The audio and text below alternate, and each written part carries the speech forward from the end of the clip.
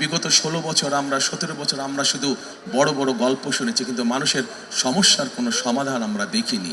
লক্ষ লক্ষ শিক্ষিত, অল্প শিক্ষিত, অর্ধশিক্ষিত, যাই হোক না কেন, তরুণ আছে, যুবক আছে, যাদের কর্মসংস্থান নেই।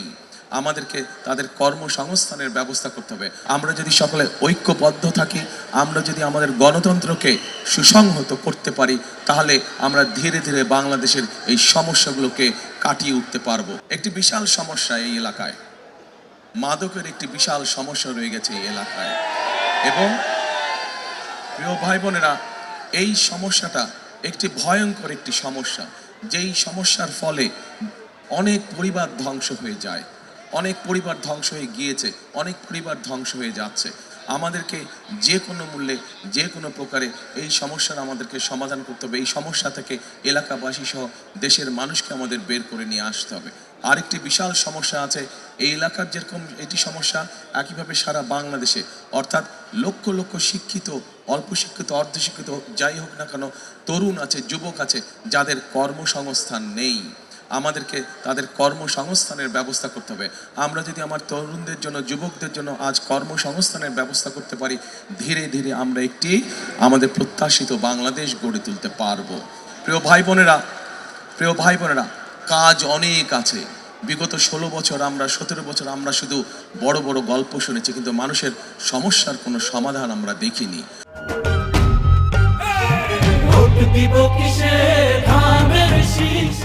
আমাদের সামনে অনেক কাজ, বাংলাদেশের সামনে অনেকগুলো চ্যালেঞ্জ আছে।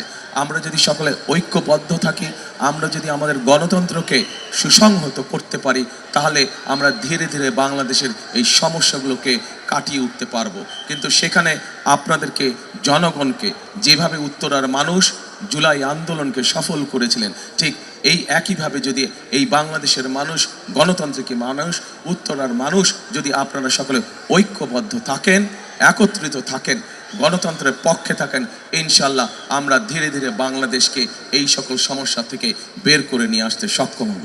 প্রিয় ভাই বোনেরা, কিন্তু আমি যেই কাজগুলো আপনাদের জন্য করতে চাইছি, এই এলাকার মানুষ সহ দেশের মানুষের জন্য আমি করতে চাইছি, এই কাজগুলো করতে হলে আপনাদের সমর্থন প্রয়োজন। আপনাদের সমর্থন ছাড়া আমরা এই কাজগুলো করতে পারবো না। এই যেই কাজগুলো আমরা করতে চাইছি, যেই পরিকল্পনাগুলো আমরা নিয়েছি, আপনারা কি মনে করেন এই কাজগুলো আমরা যদি করতে সক্ষম হই, আপনাদের সমস্যার সমাধান কিছুটা হলেও হবে? আপনাদের কি এটা মনে করেন আপনারা সমস্যা? তাহলে প্রিয় ভাই বোনেরা, প্রিয় এলাকাবাসী, আপনাদের সমর্থন দরকার। আপনাদের সমর্থন ছাড়া কিন্তু আমরা করতে পারবো না। এবং আপনাদের সমর্থন হচ্ছে ধানের শীষকে বিজয়ী করতে হবে। ধানের শীষকে বিজয়ী করতে পারলে আমাদের হাত শক্তিশালী হবে। আমাদের হাত শক্তিশালী হলে ইনশাল্লাহ আমরা এলাকার সমস্যার সমাধানগুলো করতে সক্ষম হব।